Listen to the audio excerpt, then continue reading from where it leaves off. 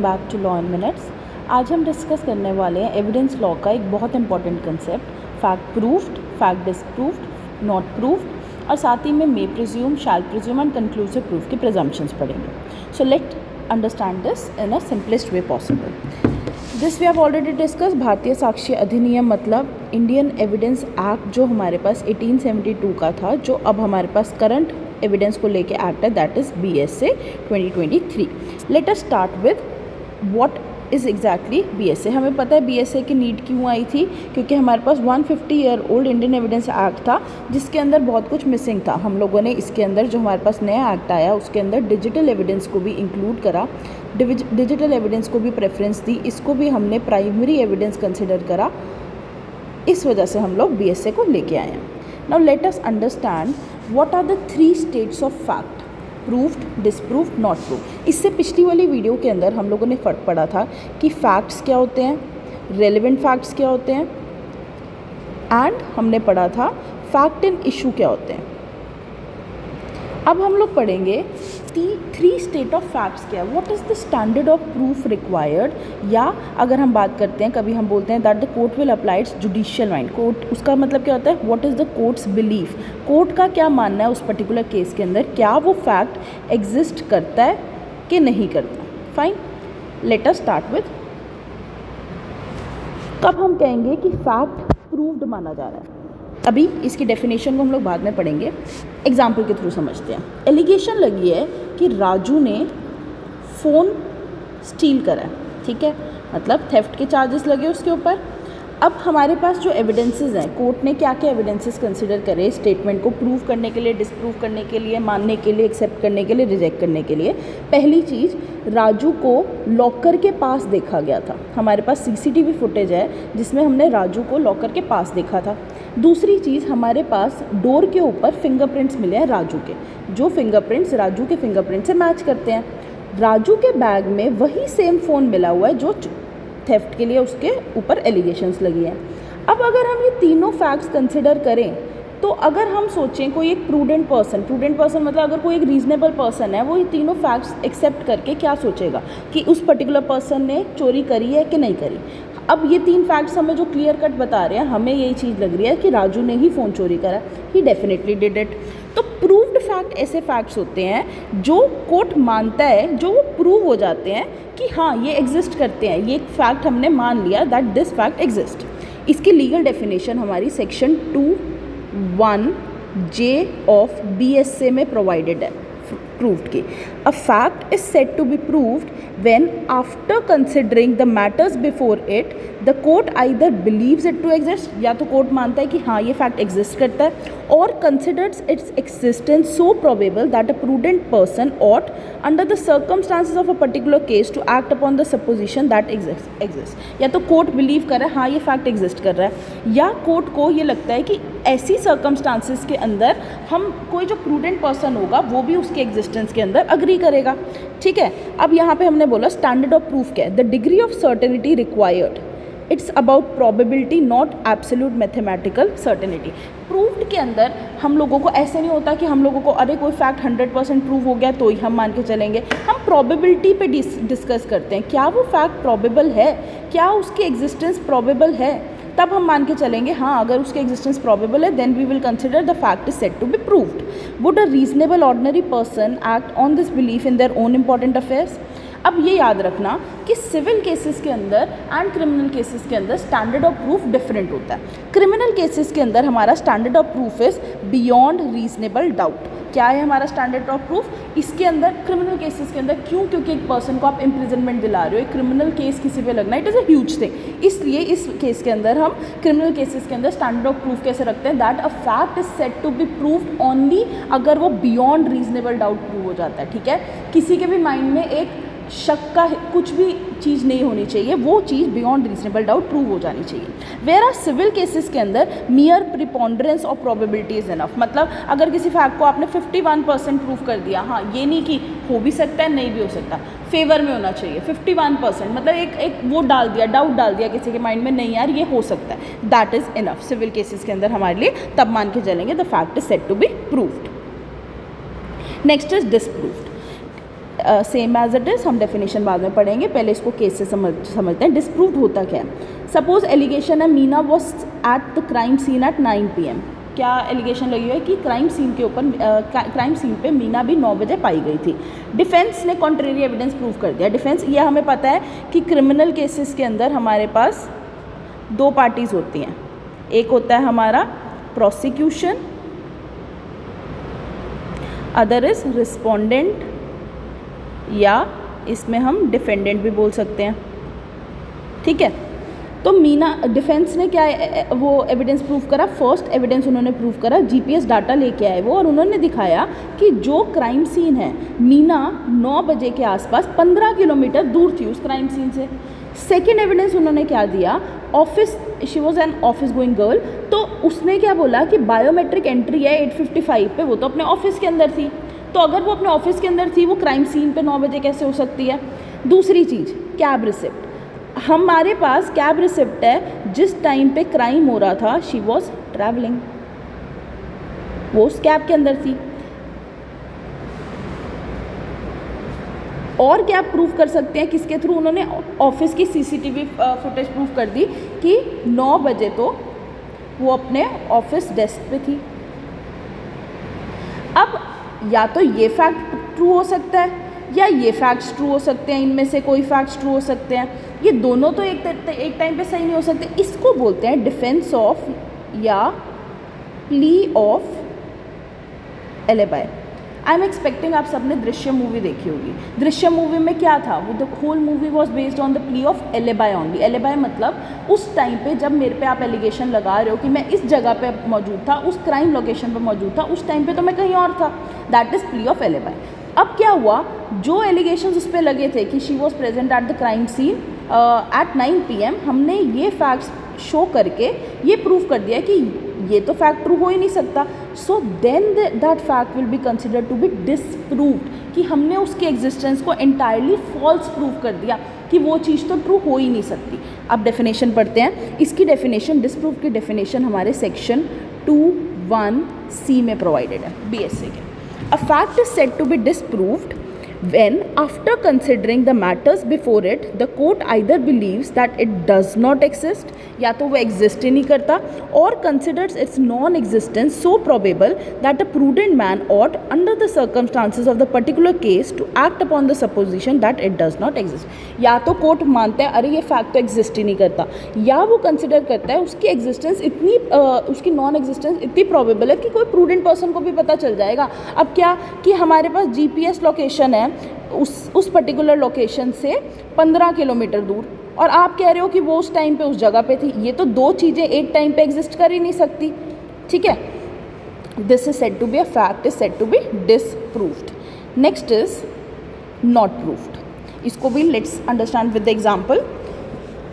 Issue क्या है कि ओरल प्रॉमिस ऑफ बोनस, मतलब बॉस ने ओरली एम्प्लॉय को प्रॉमिस करा था कि वो उसे बोनस देगा। कन्फ्लिक्टिव स्टेटमेंट्स थी, कोई रिकॉर्ड नहीं था। कन्फ्लिक्टिव स्टेटमेंट मतलब बॉस कुछ और बोल रहा था, एम्प्लॉय कुछ और बोल रहा था। Arjun says boss promised me. Employ कौन है हमारे यहाँ पे? अर्जुन कह रहा है बॉस ने मुझे प्रॉमिस करा था कि वो बोनस देगा। बॉस कह रहा है मैंने तो ऐसा कभी कहा ही नहीं था। It is a statement against a statement. और हमारे पास कोई रिकॉर्ड्स नहीं है, ना ईमेल है, ना हमारे पास कोई टेक्स्ट है, ना हमारे पास कोई विटनेस है। तो अब क्या मान के चलेंगे कि हम लोग फैक्ट को प्रूव ही नहीं कर पाए, ना हम उसकी एग्जिस्टेंस प्रूव कर पाए, ना हम उसकी नॉन एग्जिस्टेंस प्रूव कर पाए। तो जब हम किसी फैक्ट की एग्जिस्टेंस भी प्रूव नहीं कर पाते कि वो फैक्ट एग्जिस्ट करता है, वो फैक्ट ट्रू है, ना हम ये प्रूव कर पा रहे हैं एंटायरली कि वो फैक्ट फॉल्स है, वो फैक्ट एग्जिस्ट ही नहीं करता, तब हम मान के चलेंगे that fact is not prove. मतलब एक फैक्ट ना जिसकी हम एग्जिस्टेंस प्रूव कर पाए, ना हम उस फैक्ट की नॉन एग्जिस्टेंस प्रूव कर पाए। तो हमने क्या बोला, जब हम इन दोनों चीज़ों को प्रूव ही नहीं कर पा रहे, that fact is said to be not proved. हमारे पास उतना एविडेंस ही नहीं था कि हम उसकी एग्जिस्टेंस या नॉन एग्जिस्टेंस को प्रूव कर पाएँ। इसकी डेफिनेशन हमारी प्रोवाइडेड है सेक्शन 2(1)(i) में of BSA। A fact is said to be not proved when it is neither proved nor disproved. ना उसको प्रूव कर पाए ना उसको डिसप्रूव कर पाए। ठीक है, the court oscillates between belief and disbelief. ठीक है, ये पेंडुलम है, वो कभी डिसबिलीफ की तरफ जा रहे हैं, कभी बिलीफ की तरफ. The evidence is insufficient to tip the scale either way. वो एक तरफ भी झुकाव नहीं करा पा रहा. Not proved is different from false. हम ये नहीं कह रहे नॉट प्रूव का मतलब है फॉल्स. नहीं है फॉल्स. फॉल्स का मतलब क्या होता है कि the fact is said to be disproved. ठीक है. The evidence is it simply means the allegation wasn't established with sufficient certainty. हमारे पास उस चीज़ को प्रूव करने के लिए सफिशिएंट सर्टेनिटी नहीं थी. Outcome usually the person who had the burden of proof fails to win the case. जिसके ऊपर बर्डन ऑफ प्रूफ होता है वो ही failed to win the case. ठीक है. नेक्स्ट अप इज, अभी हमने समझ लिया proved, disproved, not proved. Proved मतलब इट डेफिनेटली हैपेंड. हमने प्रूव कर दिया कि अरे ये फैक्ट तो एग्जिस्ट करता है. डिसप्रूव मतलब इट डेफिनेटली डिडंट हैपन. ये तो चीज़ हुई ही नहीं है. नॉट प्रूव मतलब वी जस्ट डोंट नो. हमें पता नहीं है वो चीज़ हुई है नहीं हुई, वो ट्रू है या फॉल्स. फाइन. नेक्स्ट इज, अब हमें प्रिजम्पशंस पढ़नी है. प्रिजम्पशंस मतलब कई बार सिचुएशन ऐसी आएगी कोर्ट के सामने जहाँ पे उनको कुछ फैक्ट्स को प्रिज्यूम करके चलना पड़ेगा. वो क्या चीज़ होती है? प्रिजम्पशंस हमारे पास 3 टाइप की हैं. May presume, shall presume and conclusive proof. May presume discretionary है, शैल प्रिज्यूम कंपल्सरी है, conclusive proof it is irrebuttable. Let us deal with it one by one. May presume मतलब कोर्ट की discretion है कि वो चाहे तो ये फैक्ट को मान सकता है कि वो एग्जिस्ट कर रहा है या चाहे नहीं मान सकता.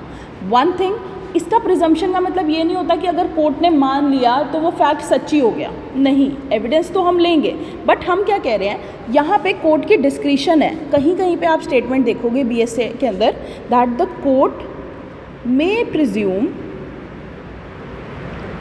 वहाँ पे हमें पता लगेगा जिन जिन सेक्शंस के अंदर मे वर्ड आ रहा है वहाँ पे it is a may presume presumption.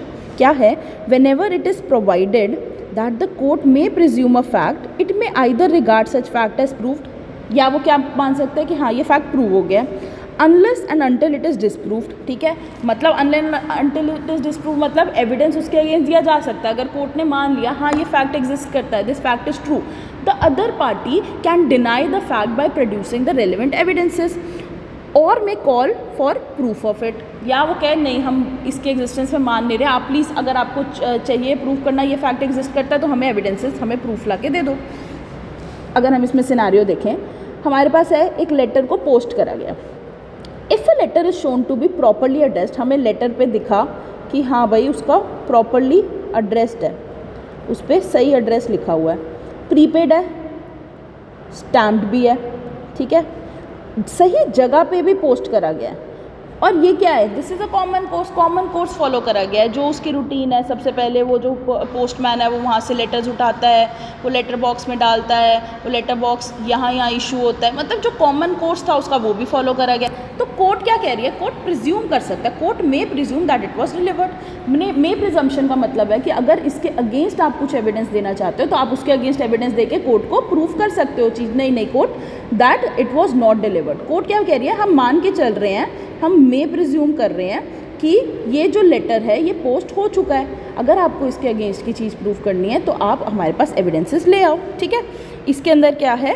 Discretionary power है कोर्ट की. कोर्ट के ऊपर कुछ मैंडेशन नहीं है, मैंडेटरी रिक्वायरमेंट नहीं है. कोर्ट चाहे तो मान सकता है, कोर्ट चाहे तो नहीं मान सकता. Not bound to presume, it has a choice.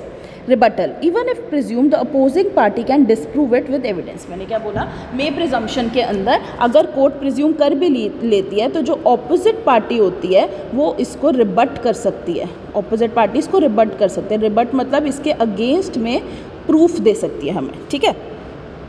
The court can refuse to presume, court मना भी कर सकते हैं प्रिज्यूम करने से, and ask the party to prove the fact. Essentially ये है हमारा may presume. It is defined under section 2(1)(h) of BSA.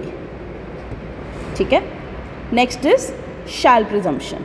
Shall presumption is defined under section 2(1)(l) of BSA. Shall presumption क्या होती है? Whenever it is directed by this अधिनियम that the court shall presume a fact, it shall regard such fact as proved. shall मतलब यहाँ थोड़ा सा mandatory हो गया. कोर्ट अपनी डिस्क्रिशन नहीं ले सकती. कोर्ट के पास डिस्क्रिशन नहीं है कोर्ट को मान के चलना पड़ेगा, ठीक है, that the fact is proved unless and until it is disproved. Unless and until it is disproved मतलब यहाँ पे अभी भी ऑपोजिट पार्टी के पास चॉइस है उसको रिबट करने की, उसके अगेंस्ट एविडेंस लाके प्रूव करने के लिए कि नहीं, this fact does not exist. The court must presume the fact exist. Must मतलब mandatory. It cannot ask for proof initially. वो इनिशियली नहीं प्रूफ मांग सकता, कोर्ट को प्रिज्यूम करके चलना पड़ेगा। ऑपोजिट पार्टी चाहती है तो उसको डिसप्रूव कर दो। The other party has the right to bring evidence to disprove it. If they do the presumption fails. अगर वो डिसप्रूव कर देते हैं उस फैक्ट को तो जो प्रिजम्पशन कोर्ट ने ली थी, मैंडेटरी प्रिजम्पशन कोर्ट ने ली थी, वो फेल हो जाएगी, ठीक है। अगर हम की सेक्शंस देखें जो इसके एग्जाम्पल्स हैं जहाँ पे हमारे शैल प्रिज्यूम की प्रिजम्पशंस ली गई है, section 80 official gazette, section 117 abetment suicide, section 118 of BSA dowry death, section 120 rape cases, ठीक है। इसको समझते हैं। सर्टिफाइड पब्लिक डॉक्यूमेंट सिनेरियो है, क्या ये डॉक्यूमेंट सर्टिफाइड पब्लिक डॉक्यूमेंट है? पार्टी एक सर्टिफाइड कॉपी सेल डीड की सबमिट कर रही है, वो डॉक्यूमेंट कोर्ट में प्रोड्यूस करा गया, उसके ऊपर ऑफिशियल सील है जो जेन्युइन लग रही है। कोर्ट की ड्यूटी क्या है? उसको एक्सेप्ट करने की। ऑपोजिट पार्टी की ड्यूटी क्या है? उसको प्रूव करने की कि ये फेक है, ये जेन्युइन नहीं है, ठीक है।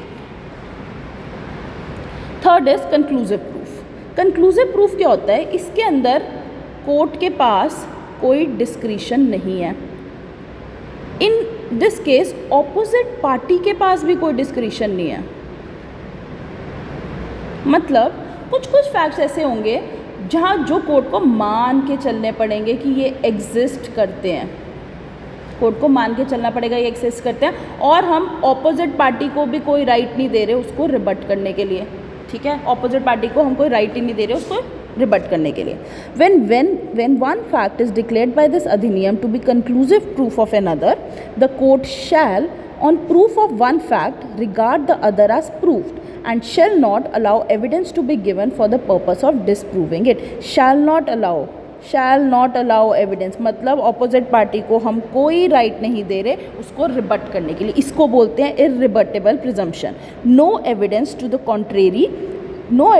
contrary is allowed. The discussion ends here. कोई एविडेंस ऑपोजिशन नहीं दे सकती उसको डिसप्रूव करने के लिए। The law mandates the conclusion regardless of the actual probability in specific cases. Court मान के चलती है कि यही फैक्ट जो है वो ट्रू है, बेशक एक्चुअल में कुछ और एग्जिस्ट कर रहा हो। Court has no discretion, it must accept the fact as proof. Example अगर हम लेके चलें, irrebuttable example, legitimacy. Section 116 BSA का बोलता है अगर कोई चाइल्ड है who is born during the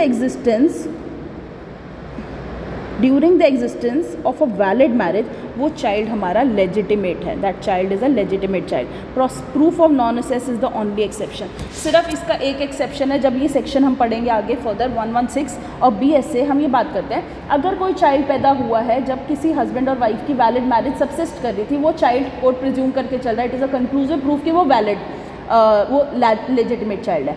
सिर्फ एक एक्सेप्शन है इसका, proof of non access. Suppose non access का मतलब जो हस्बैंड था वो सपोज वो मिलिट्री या वो आर्मी के अंदर था और जिस दिन शादी हुई थी उस दिन से लेके 2 साल तक वो वहीं था, बाहर था, he was not living with his wife. इस टाइम पीरियड के अंदर second year of the marriage उस लेडी का चाइल्ड हो जाता है, शी डिलीवर्स अ बेबी। अब क्वेश्चन आया क्या हस्बैंड का सेस था उस वाइफ पे, तो वो बेबी कैसे हुआ, वो लेजिटिमेसी नहीं होगी। बट कोर्ट क्या प्रूफ करके चलेगी, को कंक्लूसिव प्रूफ के अंदर ना कोर्ट के पास कोई डिस्क्रिशन है ना पार्टी के पास कोई डिस्क्रिशन है। अगर मैं आपको प्रिजम्पशंस की कैटेगरीज बताऊं, प्रिजम्पशन एक तो होती है प्रिजम्पशन ऑफ फैक्ट और एक होता है presumption of law. Presumption of fact के अंदर आता है मे presume, it is rebuttable presumption. Rebuttable presumption मतलब यहाँ पे कोर्ट के पास भी डिस्क्रिशन है एंड पार्टी के पास भी डिस्क्रिशन है। रिबटेबल मतलब उसको रिबट करा जा सकता है, उसके अगेंस्ट की चीज़ प्रूव करी जा सकती है। ऑफ लॉ में आया शैल प्रिज्यूम, ये प्रिजम्पशन ऑफ लॉ मानी जाती है। और एक है हमारे पास कंक्लूसिव प्रूफ। शैल प्रिज्यूम मतलब हमारे पास it is rebuttable presumption of law, यहाँ पे हमने रिबटेबल प्रिजम्पशन ऑफ फैक्ट माना था. This is irrebuttable presumption of law. Conclusive proof, irrebuttable, shall presume, rebuttable law, rebuttal allowed, may presume, rebuttable fact, rebuttal allowed. Discretionary, may presume. Mandatory start, shall presume. ये है हमारा conclusive proof. ये कुछ की provisions हैं जो भी हमने इस पर्टिकुलर वीडियो के अंदर डिस्कस करे. These are the real life examples जो अभी हम लोग पढ़ के हटे हैं. May presume, shall presume, conclusive proof, electronic record. This is for your reference. You can kindly read this. Thanks for watching these particular videos. अगर आपको एविडेंस लॉ के डिफ़िकल्ट कंसेप्ट को सिंपल लैंग्वेज में समझना है तो लॉ इन मिनट्स को channel को लाइक करें, शेयर करें, सब्सक्राइब करें एंड कमेंट करके बताएं नेक्स्ट कौन सा लॉ टॉपिक आप समझना चाहते हो. See you in the next video. Until then keep learning law in minutes.